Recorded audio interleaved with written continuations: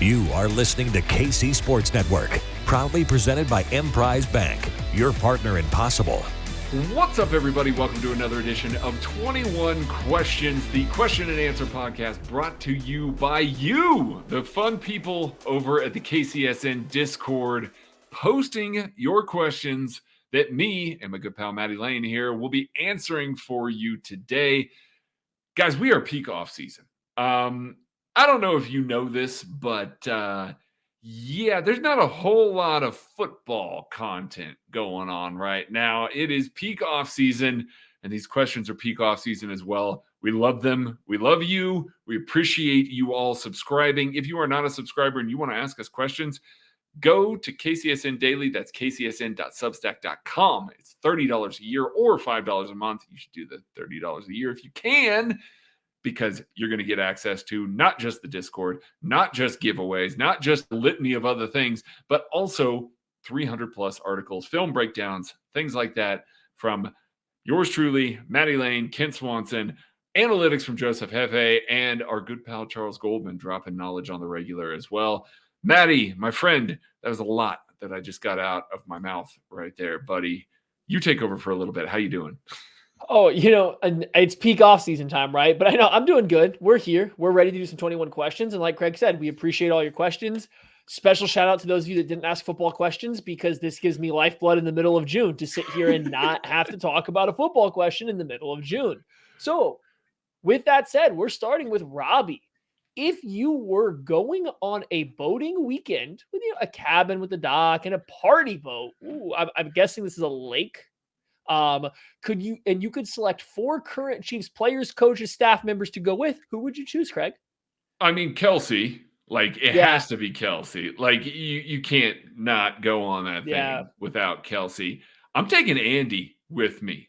Andy, by all reports from both, public-facing stuff and stuff that we've heard in private, Andy is very fun and fun to hang out with. So I'm taking Kelsey. I'm taking Andy. I'm going to take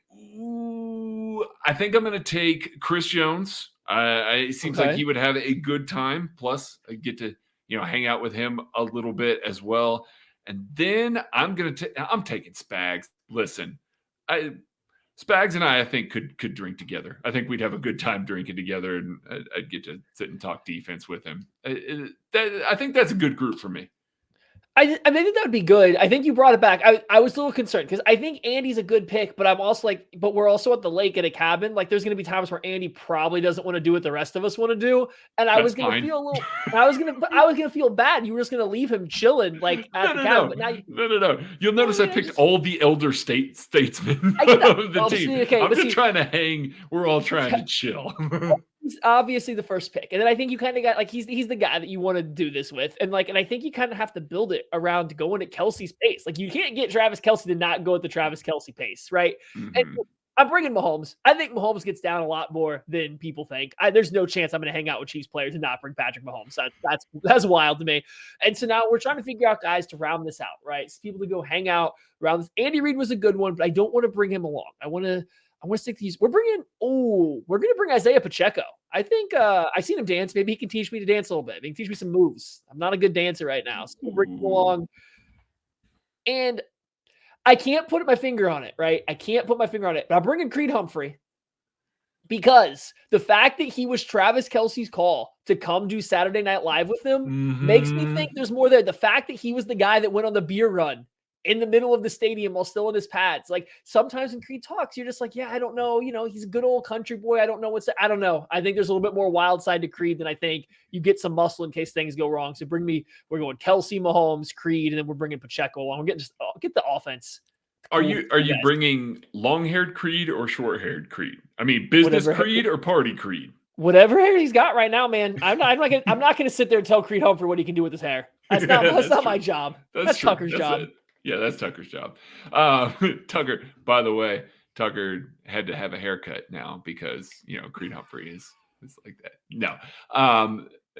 Z Andera asks us, what skill would the Saudis pay you $640 million to do for name 3 it years? And I'll learn how to do it. I don't care what it is. You name it and I will learn how to do it right now. Maddie is going to be Olympic lifting for $640 million for 3 years. That's what you get to do, buddy. Need a lot of steroids. Me, nothing. Nothing. Build They're going to pay me $640 million to satellites. do nothing. No, not build rovers. satellites. No, definitely not. They will take the space race to another level. They'll win. It's true. Because they have $640 million is not enough to be able to compete in a space race. Like at this point, wow, see, that's crazy that you know that. None of us do. Listen, everybody knows that. You got to be a billionaire to be putting rockets into space now. Everybody knows that. Sure. That's not enough. Not enough at all.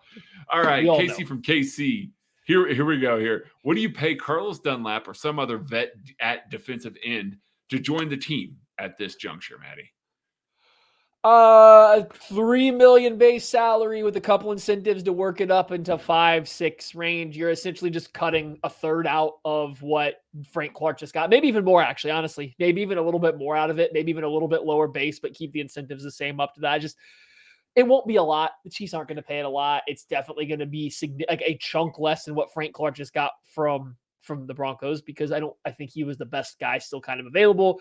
Leonard Floyd also didn't get a lot either. So like you have it kind of set right now. I don't think they'll spend more than like $3 million like guaranteed at signing on anybody at this point. It's not DeAndre Hopkins. And it's not happening until camp.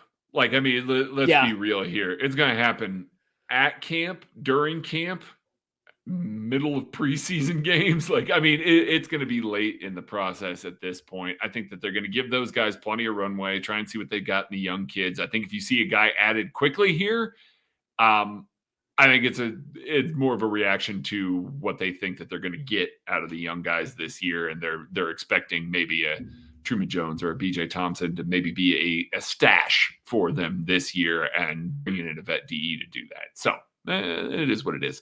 Splatical asks, what is the best number for each position to wear? 0. First of all, 0. It is 0. 0. Yeah, it is 0. Besides quarterback.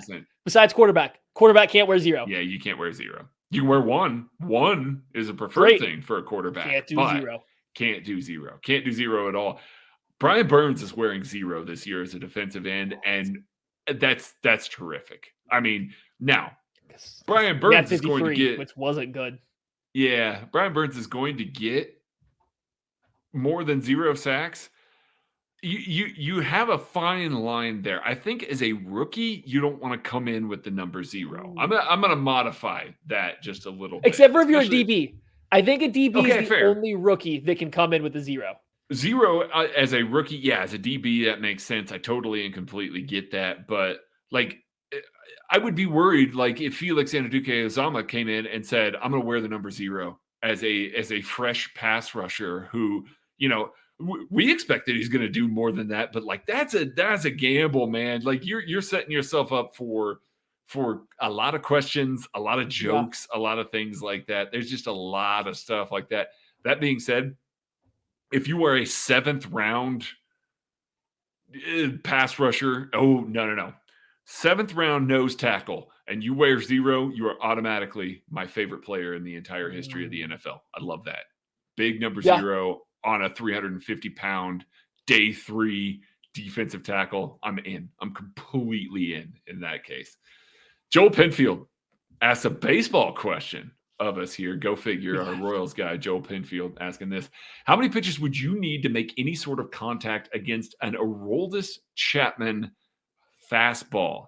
By the way, Maddie, he has touched reportedly 106 miles an hour as a fastball there.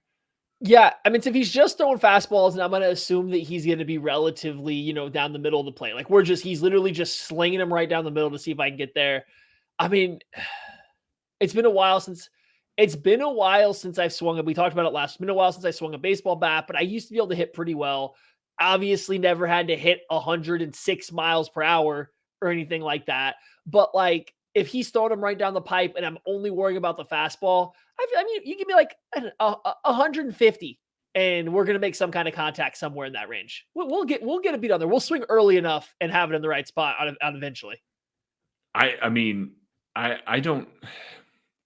It's going to take more than 150. I'm not sure the limit exists, but I I think it might do irreparable harm to Chapman's arm by the time I do any damage. That's the problem. Super producer Tucker D. Franklin. Tucker D. Ask him what the D stands for sometime. Franklin says his sinker is 1 mile an hour. No thanks. Oh yeah, I would never hit a 101 sinker. There's no chance I'd hit that. But if we're just getting, like I said, a fastball, and like especially if he's not trying to get a lot of movement on it, I mean, I think we'd get there with enough pitch. We'd get there. It's just there's no chance I'm ever hitting that sinker though. No way, no how. All right. Derek asks, which player outside of Kelsey do you see leading the team in receiving yards? It's got to be outside of Kelsey. I know that's a tough thing for you to do right now. Me? What? Yes. Yikes. This is a question. Yeah. It is a great question. I think it'll first here. Okay. Yeah, go ahead.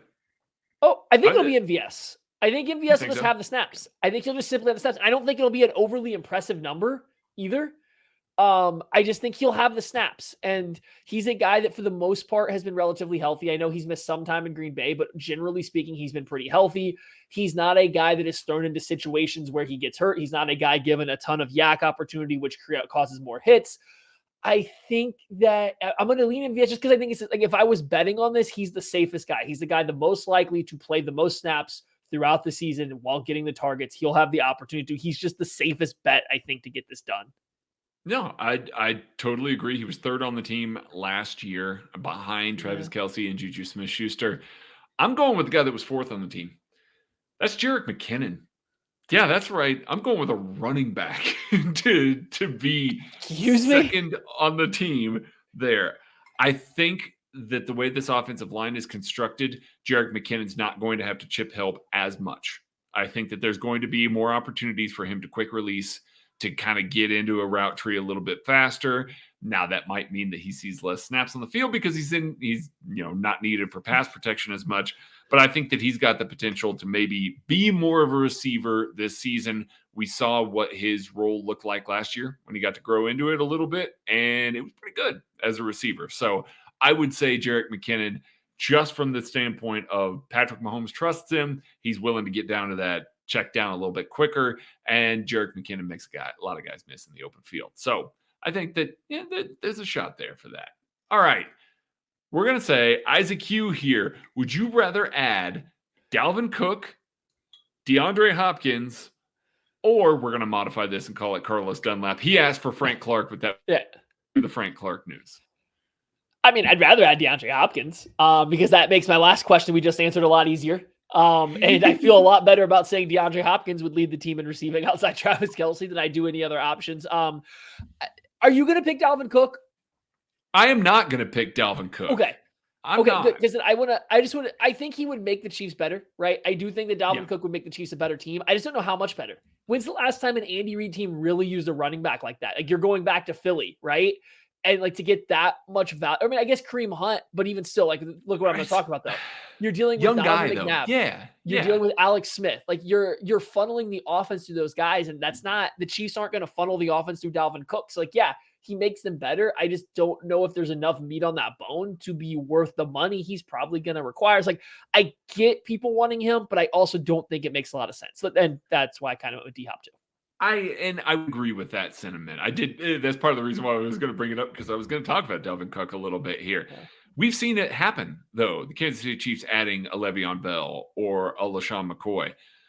I don't know that either one of those really worked. Like, I don't know that you would ask Andy Reid if he thought that those moves worked. And Dalvin Cook's got some off-field stuff that's looming over him. Like, this is not going to be a clean sort of thing where it's just like, okay, well, they're moving on from him, obviously, because they are cutting costs in Minnesota right now, which, I mean, there's plenty of guys on that roster that I would entertain, but I don't think for the price tag that he's going to cost, the headache that he could potentially cause off the field, and then, like Maddie said, the usage on the field, I just don't think the juice is worth the squeeze there. So I'm going to say Carlos Dunlap, just because under the current contracts and everything that the Chiefs can fit, they don't have to do anything to add a Carlos Dunlap. He can be a veteran presence. shape those young defensive ends into what they need to be going forward, not just this year, but years 2, 3, 4, and into the future there. I think that he imparts a lot of knowledge. He gets a lot for those defensive ends. I want DeAndre Hopkins on this team. I don't know that D-Hop on this team now all of a sudden is going to make Rashee Rice, so significantly better. Whereas I think that even though they're similar players, I get the paths of success there. I think that Carlos Dunlap does so much for this young defensive end group that really pays dividends down the road.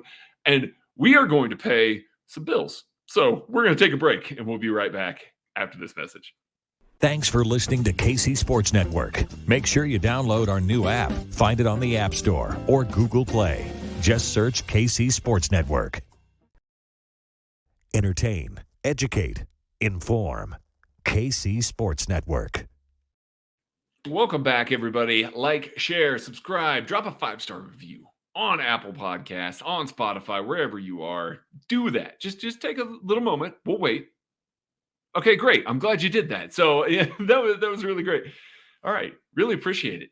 All right. Leighton Y44 asks, Craig, when are you planning to go to Arrowhead West to catch a Chiefs versus Broncos game? That might be this year. We got a strong contingent out here in KCSN West, me and good old Charles Goldman out here. So we'll see. There have been conversations. So if you're in the area, if you think about going to the game, we'll keep you posted. Maybe we'll do a little something out here. So yeah, Frank the Tank. Which team that missed the playoffs last year will make it this year? Maddie, who do you think? I'm muted. This is a kind of easy one here. The Jets missed the playoffs, so let's go and push them on in for the AFC. And the Lions missed the playoffs, so let's go and push them in for the NFC. Boy. And I think that's kind of easy, right? Yeah, no, honestly, those are the two. Like, those are clearly the two. Detroit should have been there last year. Yeah. Should have been. Like, they were good enough to be there last year, and the Jets have a quarterback now. So that helps. All right, Duncan Anglin, if Justin Ross were to play meaningful snaps for this team, what role would he play for the offense, Maddie? We've talked a lot about Justin Ross, what he can bring to the team, the type of player that he is. What role do you think that actually fills for this team? So I put this in the Discord under the Chiefs thing earlier today to kind of talk about it. I think if Justin Ross makes the active roster, he's at no worse than wide receiver 4. I think if he makes the roster, it's because he has clearly outplayed other wide receivers, and that's pushing him up to be wide receiver 4. And if he's wide receiver 4, he's behind MVS, Kadarius Toney, Sky Moore, and there's Justin Ross. That's some different profiles there. That's a pretty even split between slot profiles and outside wide receiver profiles, right? So if Justin Ross is wide receiver 4, he's probably splitting some of the kind of like vertical stretching that MVS does because he's not quite as fast, but he's a ball winner on the vertical plane. Maybe he splits out, gets some of the reps that Juju Smith-Schuster left, being kind of a possession wide receiver underneath with his size and elite hands. Like, I think if he makes the 53, he's going to have a significant role in this offense at some point in time. I don't know if he'll be limited to a singular role. I think he actually can be a pretty good possession wide receiver, and he's good playing the ball vertically downfield. So I could see him also use the stretch. Like, I think he could be used everywhere. It's just a matter of how healthy is he and how well does he move with the fused neck and with the foot stuff, and where's he going to fall come like actual September football? I mean, it's always health. It's always health with him. They got enough guys on this roster that it's just health. The potential is there for a lot of these guys. It's just health. I fully agree with Maddie. Don't have anything to add from that perspective. Maddie, this one's for you from Lee87 here. Okay. He asks, if you could build Craig his own farm at his home, so keep that in mind, and had $3,200,034.16 to do it, what would you construct and what animals would you put in there just for him? I mean, there is a correct answer here. I mean, like, we would have to fence up his space, right? Like, we'd have to fence it up real good. I don't know how much yard space Craig has now, though. Not a ton. That's where it might get tricky. But there is one animal that I think we can make work with this. We will find Tank the pig, and he is making a trip out to Colorado to live with Craig. We will fence up that backyard. Yeah, there's not a ton of space, but it's one little pig. We can feed him. We can keep him going. Tank is back in the KCSN family. He will come back. But also with that much money, I'd probably just buy a bunch of land there for Craig, and we'd set up a horse farm and then I'd live out there because I would love to have enough space to have a horse farm. I know nothing about horses, but it seems like it would be fun to learn and to take care of some. So, I mean, I was going to say we can just tank cost $3.2 million. No, we're spending very little and we're making a lot of money on this deal, Craig. We're making a lot of money here. Got it. Understood. And then he asked me to rate it on the cheeseburger scale. I don't think that that's fair to do because it involves a farm animal. I don't think that we should be doing that. I guess he didn't specify what kind of farm either. I didn't have to go with livestock, I guess. That's true. That's true. I do live in Colorado. Kyle C., if you had a KCSN combine, who would win? He said use a point system, 10 for first, 8 for second, and so on. It's Maddie. Like we don't need to belabor this. I know that Maddie and Kent have been having this big rivalry. I unlike Kent, I listen to the podcast when I'm not on it. So I listened to last week's 21 questions and the kind of back and forth that he and Maddie had. I don't know. Listen, Kent has a lot of opinions. I love the man to death. Ain't no way that any of us are competing with Maddie in an actual combine in all of KCSN. I'm just going to say it. I'm not trying to slight anybody else. We are all competing for second place. So there's no need to run a combine or to have a big decathlon or anything like that, like Kent suggested having a decathlon. It's like, Buddy's going to break in half after event 3. We don't need to do this. Like, we're all old enough now that we don't need to be having these sorts of competitions. Just give it to the youth here. Maddie, do you have anything to add to that, or do I just cover it? I'm not partaking in this conversation. It's not fun when it's not Kent on the other side. I will say this: we have a lot of ex-professional and collegiate athletes that are part of the KCSN family. That's fair. That's fair. So if we're including them, somebody else. I mean, it'd get dicey. It'd get dicey. I don't know where I was just talking about the specific Chiefs coverage because this is the Chiefs channel, so I wasn't branching out. If we're getting into our soccer and our stories and stuff like that, listen. Marlia, Allie, they're going to give. Listen, they're going to give some. It would depend on the events, right? Like I have to see the events to see where we'd stack up and everything. But I mean, if it was just the NFL Combine, like I feel pretty good about the NFL Combine stuff and my chances going on there. Yeah, absolutely. Here, Mike in Sweden. What is your unpredicted storyline for the Chiefs this season? This is a tough one. Maddie, do you have one? Because I've got one. Okay, you go first. I'm gonna ponder for a second. I mean, I kind of alluded to it at the end of last week when we talked about some of the team previews and stuff like that. And Frank Clark, I think the pass rush is better, and they were second in the NFL last year. I think that they are better. I think that we're going to see Joe Cullen get these guys to hit their ceilings a little bit quicker. He's got nothing but a track record of that right now. And I don't know why it would be any different this year because Felix Anudike-Uzomah has high football character, really hard worker. We know that about him. We got to see BJ Thompson and the work that he's put in on his body already. We got to talk to him at the Shrine Game. Hard worker, high football character. Truman Jones, hard worker, high football character. Keandre Coburn, hard worker, good football character. Like, all those guys you're giving to Joe Cullen, and you're saying, okay, grow them into what they're supposed to be.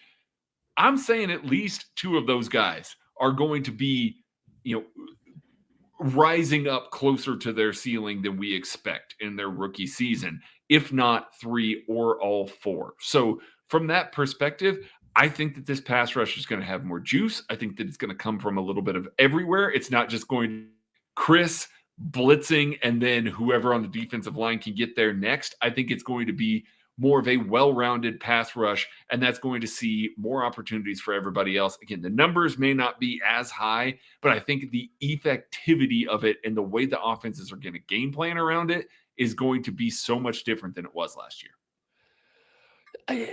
I feel like I've already mentioned most of my unpredicted stories. It's hard to come up with something that I haven't already mentioned before, right? Like that's kind of where I'm getting stuck here because I have a couple things I could throw out there, but I feel like I've mentioned them all before. Let's go with this. Trent McDuffie is clearly going to be seen as the Chiefs cornerback 1 by the end of the season. And you're going to start to have a conversation. I don't know if he'll get there because there's a lot of really good corners in the league, but you're going to start having some all-pro buzz coming about Trent McDuffie.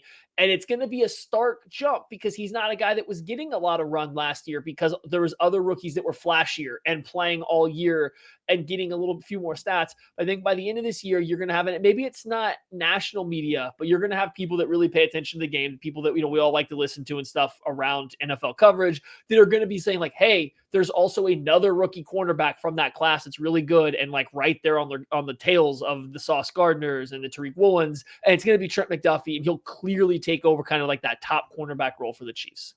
Yeah, I could see it. That one's actually a really good one there. Matthew McNabb, I love this question, by the way.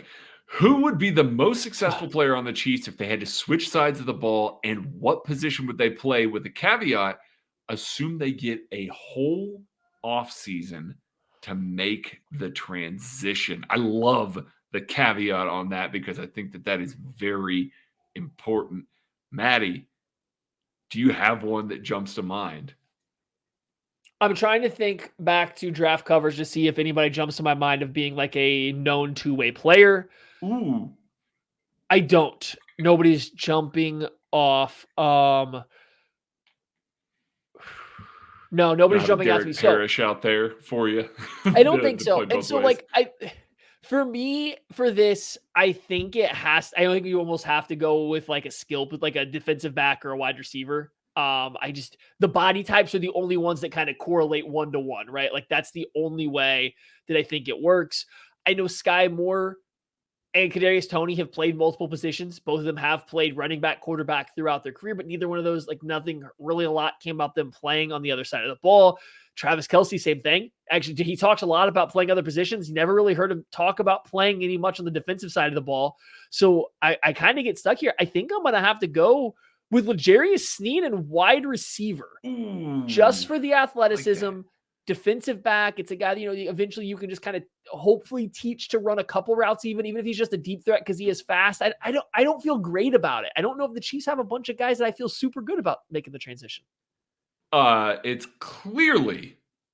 very clearly, oh boy, Willie Gay Jr. transitioning to running back.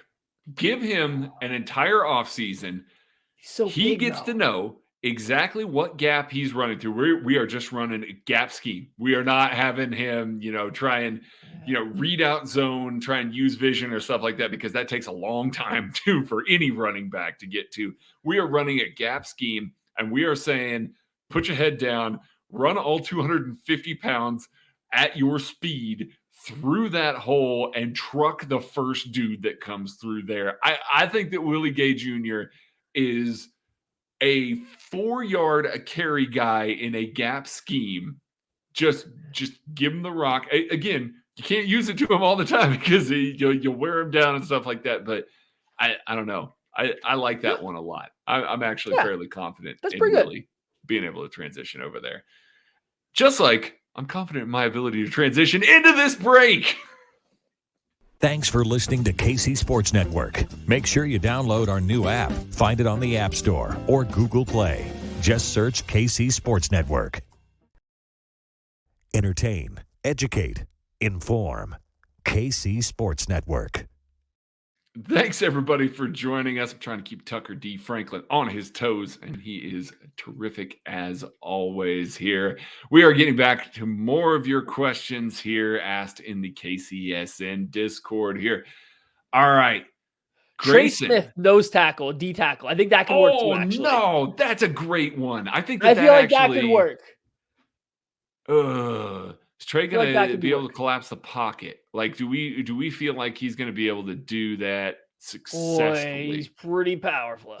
He is pretty powerful. See, I was trying to slot Tooney in there, and I just feel like it would be a very workmanlike thing, whatever he did. So he's going to do fine. See, he's not the physical presence, and usually defenders are. That's what I was going for. Was and like even Creed, super athlete testing, but not always on the field does it showcase as being this elite, super dynamic. I don't know if Creed's athleticism would translate as well to D tackle.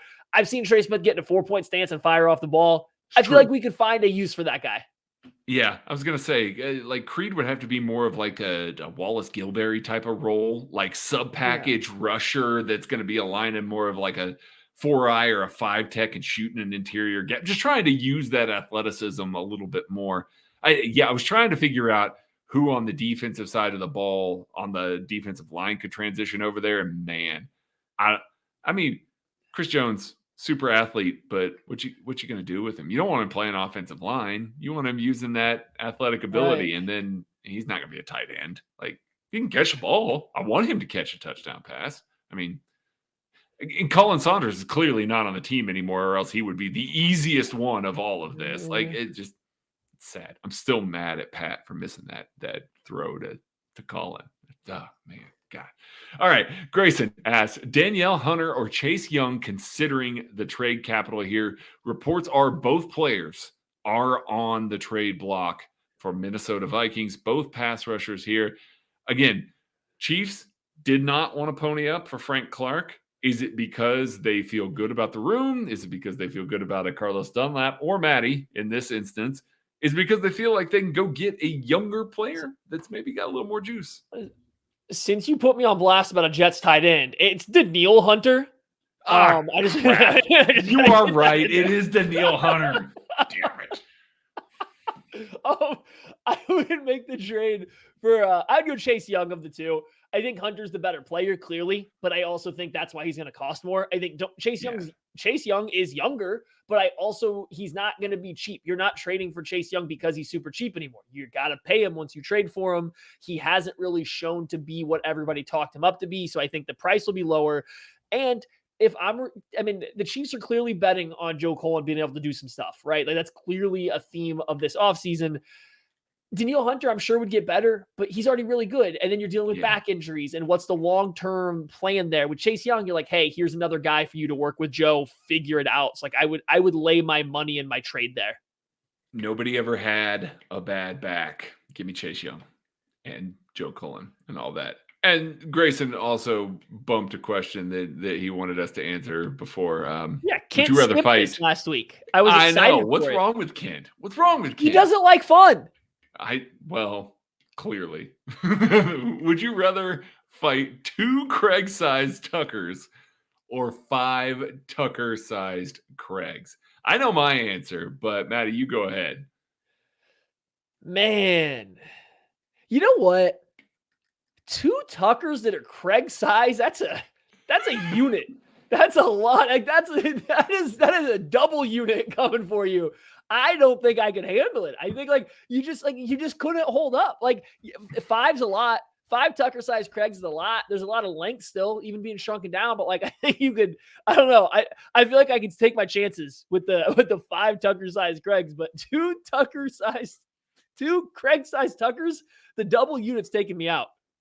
I mean, clearly, yeah, because I'm a lover, not a fighter. So it doesn't matter if there's 5 of me. So it's just not going to matter.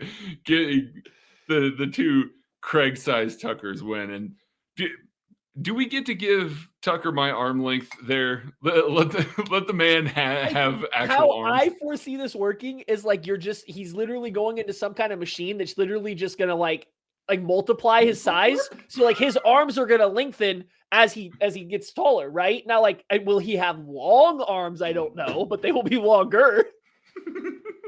I love it.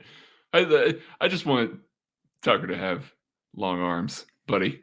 Oh my God, you thought that Trey Smith and Creed Humphrey had killer duo blocks. the two Craig Tuckers, man. That's a scary interior offense. Yo, wait a second. If Tucker did get to be your side, he legitimately could stand in place of Creed Humphrey and no one would know. They actively could trade places. Love it. Absolutely love it. All right. Jers Chief, best movie that you've seen recently. Maddie, anything come to mind? Best movie that you've seen recently? I've watched a couple movies here lately. None of them have been great. I mean, I'll say John Wick 4 just because I like the series. I think 4 is probably my least favorite of the series, but it was still good. It's still a good time to watch. They do a great job choreograph. That is the pinnacle of choreography for an action movie, and the way that each movie changes how each fight's choreographed. It's all different. It all fits the theme. They do a really good job, even if the storyline of that one wasn't my favorite. Yeah, I mean, I just finished watching that this week as well. I mean, agree with all of those sentiments. I mean, I will say this: the Dungeons and Dragons movie is excellent. Like, you don't have to be like, you don't have to be into D&D at all. Like, you don't have to have any knowledge of D&D at all, and you're gonna enjoy the hell out of it. The comedy is great, the fighting is great, the story is great. Like, it really is a good one. The performances are great. Like, everybody is really, really good in it. It was a really good time. Heard so many people talking and praising about it, and it's people that I know that are way into D&D, and I went, okay, yeah, I am as well. You know, it's like, I'll get to that eventually. And then I watched it and I went, oh, wow, no, that's legitimately good. So I really enjoyed that one there. Also, shout out the Arnold documentary on Netflix. If you haven't watched it, watch that. Very good. And for Tucker behind the scenes, and I think Craig and I have both seen it too. The Super Mario Brothers movie. It's a very good the time. one from 1992. It's really good, buddy. The recent, the new one. No. Listen, not man, the one from before I was born. Johnny Legs, Bob Hoskins, terrific. Before you were born, you stop. All right, let's see here. Scrolling down, Brian Anderson, there's BA Cyclone, says, on a scale of 1 to 10 cheeseburgers, we can't do the cheeseburger scale, so just 1 to 10. How much do you want to do these? We can't. We told the people we were done with the cheeseburger scale. This is a different cheeseburger scale. This is a 1 to 10 cheeseburger. This is an amount of cheeseburgers. Not a type of cheeseburger. No, you're right. Different scale. You're right. Do we need to explain? No, we do so not. One cheeseburger means not very good. 10 cheeseburgers means it's a Matthew dinner. Okay, gotcha. It is a Matthew dinner. We're going to run through these real quick here and just kind of, he's got 4 more scenarios here. It says, signed DeAndre Hopkins to a 2-year, $35 million deal, which includes not likely to be earned incentives. So the cap hit is going to be lower than that. Still a steep price. Maddie, 1 to 10 cheeseburgers. How you feel about that? That is a lot of money for 2 years for DeAndre Hopkins. I mean, I guess I'd have to see how much of it's guaranteed to give you a real answer, but like, just based purely on the numbers, even knowing it's, not likely to be earned incentives, I'm still only going with like a small appetizer and 4 cheeseburgers, I think. Yeah, I think I'll go with a 6 cheeseburger, but I'm also kind of tweaking this because, and I'll tell you why in just a second. There's a question that he's asking a little bit later, but I'll tell you why. It's a 6 cheeseburger. We'll circle back to that. Sign Dalvin Cook to 2 years, $30 million. So I'll start with this. That's a 0 cheeseburger deal for me. Like, I don't want to be paying a running back $15 million at any point. It doesn't really matter who the running back is. Like, I don't want to pay Christian McCaffrey $15 million and he would be elite in this offense. I just don't want to be doing that, Maddie. Yeah, I'm sitting at a vegan restaurant. There's no way I'm ordering a cheeseburger. Love it. Absolutely love it. Sign Chris Jones to a 3-year, $90 million extension. Okay, that's steep, but part of what I was talking about earlier, if you're signing DeAndre Hopkins to that kind of extension, it means that you signed Chris Jones. Like, there's no other way to create that kind of room. True. I want to sign Chris Jones. And a 3-year, $90 million extension, $30 million APY is going to be the thing that's going to grab everybody's, headlines there. Chris Jones is under contract this year. That money is going to be basically what it is there. That 3 years, $90 million, they can backload that thing in a way that Chris Jones cap hit this year and next year are pretty low. And maybe year 3 of this current contract out of 4 with a 4-year extension, year 3 is going to be when you're paying a lot of money. At that point, you get to reevaluate Chris Jones. You can restructure something if you want to, or you can have him play out that 1 year and then cut him before the super expensive year. So with that being said, I'm tying this in with the D-Hop one. I'd prefer to pay less, but I'm on board because you could structure it very, very well here. I'm giving a 7.5 cheeseburgers because I petered out halfway through one of those. So, like, I get what you're saying. And, like, if you get manipulating the time and the money and the contract structure, because it's not all here, in the question. I understand there's flexibility here, but just looking at the raw numbers and not trying to do, not trying to Matty this answer like Craig is, just 3 for 90, given the other defensive tackle contracts we've seen this year. Yikes. It's below Aaron Rodgers, or not Aaron Rodgers, Aaron Donald. It's below Aaron Donald. Yeah, so, everybody else is way below Aaron Donald, though. And this is but Chris Jones is the best interior defensive lineman in the league. But the NFL's saying that the Rams overpaid. I know. No, but you're still not going up above. I'm just saying. Yeah. I'm 4.5ing it. So it's a little bit, it's 4.5 cheeseburgers, still a little appetizer, a little extra on top. You split the last one with Craig because he had petered out of his. It's a little bit better than the D-Hop deal, I think, because it's a little bit more proven commodity. I think you can handle it a little bit better over the 3 years, so on and so forth. That said, though, I still don't love it. It seems to be a little bit much. I understand last year you can probably get out of, so on and so forth. Like, I get it. There's a lot of flexibility there. Just looking at the raw numbers, it seems like an overpay compared to what the D-tackle market has been the past 2 seasons.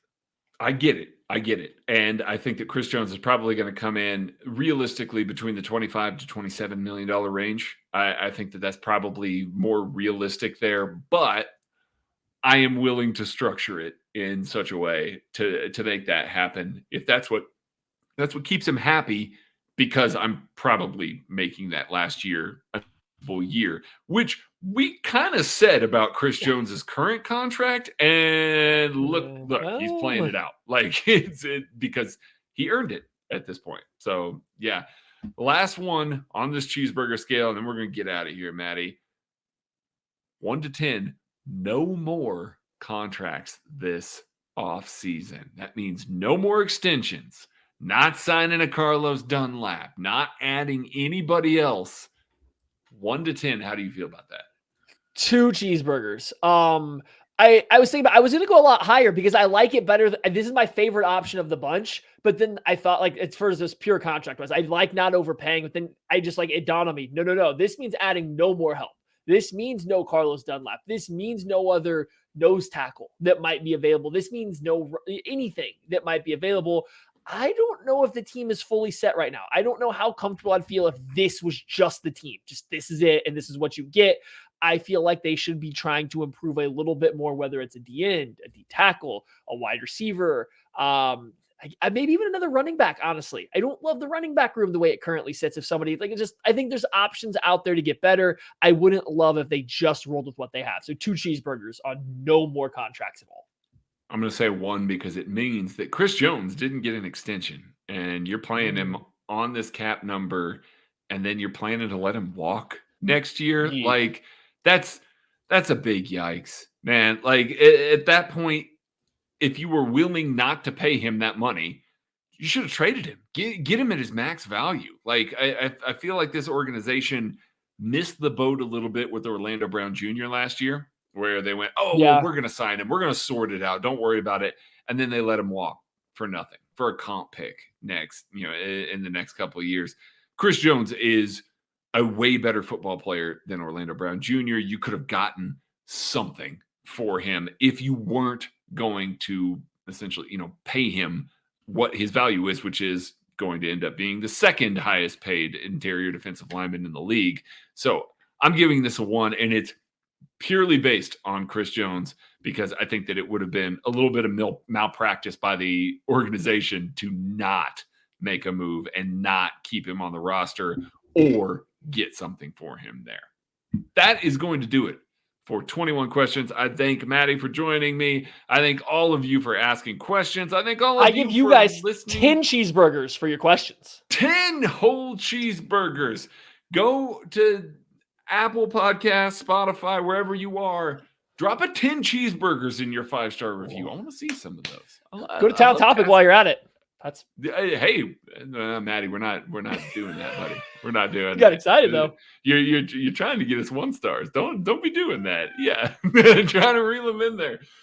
All right, thank you all for joining us. We love you so much. Be kind to each other. We will catch you later.